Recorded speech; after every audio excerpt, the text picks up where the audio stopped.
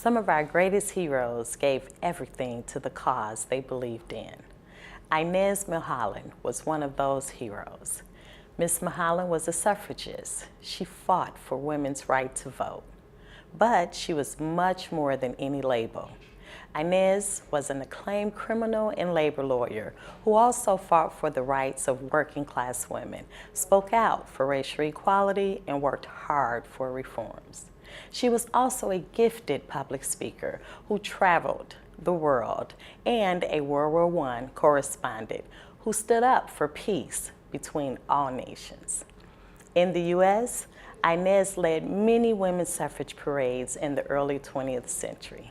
The New York Sun even wrote, "No suffrage parade was complete without Inez Milholland." She led parades in 1911, 1912, and 1913. Milholland believed that the right to vote for women would change the country and the world by empowering our country to remove sweatshops and end prostitution, hunger, and poverty. In 1916, even though she was suffering from anemia, she traveled to California on a speaking tour, fighting for equal rights. She collapsed while giving a speech and sadly died in the hospital shortly after. Fittingly, her last public words were, "Mr. President, how long must women wait for liberty?"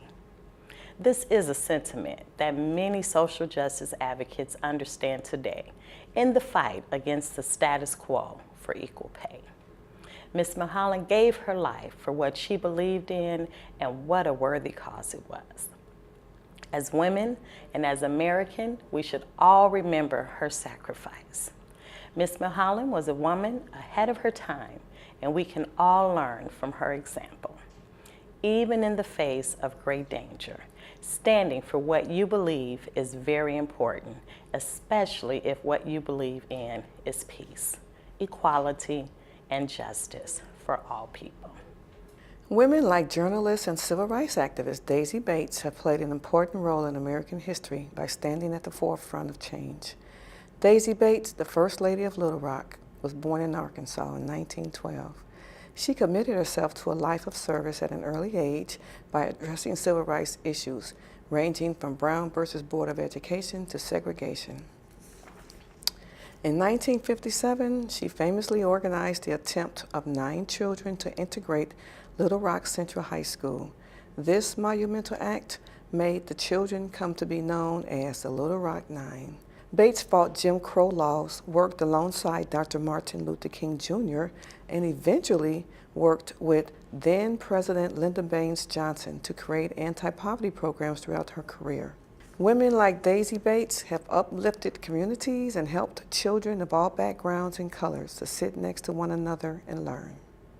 As we are celebrating Women's Month, I think it's important that we talk about all those great women that are out there that have done great work, that today we are enjoying so many things because of the struggles of women back, in the 1900s. And I want to talk about specifically of a Puerto Rican woman who back in 1917 was our civil rights fighter back in Puerto Rico about the citizenship and what Puerto Rico is today is a colony. And we are U.S. citizens. But back in 1917, thanks to her efforts and to her struggles and trying to make sure that the Puerto Rican community was recognized as citizen, she took that fight all the way to the Supreme Court, and she won that battle. And today we do enjoy being U.S. citizens based on her fight, and challenging the Supreme Court on our rights. And I wanted to highlight her today, just like we highlight so many great women that have done great things, through years and years of struggle. And I wanted to highlight because today, as in Puerto Rico, we're going through this debt crisis.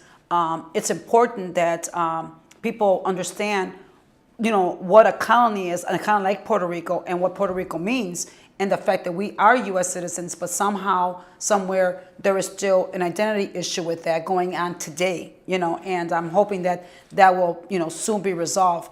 But my reading about this great woman, Isabel Gonzalez, makes me feel like, wow, we had a champion back then, helping in the struggle of identifying what Puerto Rico, which is a Commonwealth, is, and today, that we are U.S. citizens and that we have the right to enjoy everything that is important to us, but more important that we are part of the United States and that we need to be recognized as that. And right now, as our island is struggling through a very bad financial situation, we're hoping that Congress continues to act and making sure that the rights of the U.S. citizens of Puerto Rico are taken into account and that we can help with this challenge that's going on out there.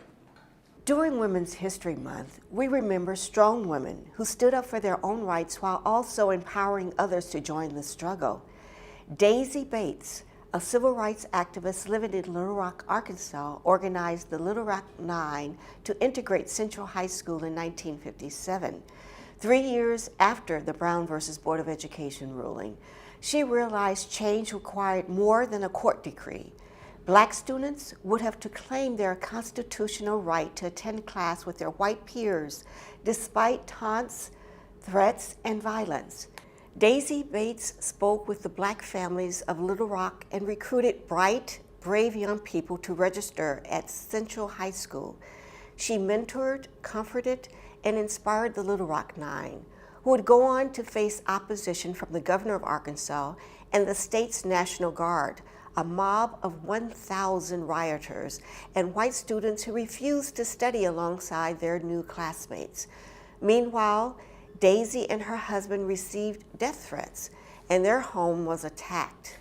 Daisy Bates had no children of her own. Instead, she birthed justice in her community.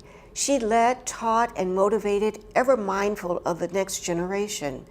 As women and leaders today, we look to the example of our foremothers, such as Daisy Bates, who effected change through a courageous and compassionate spirit.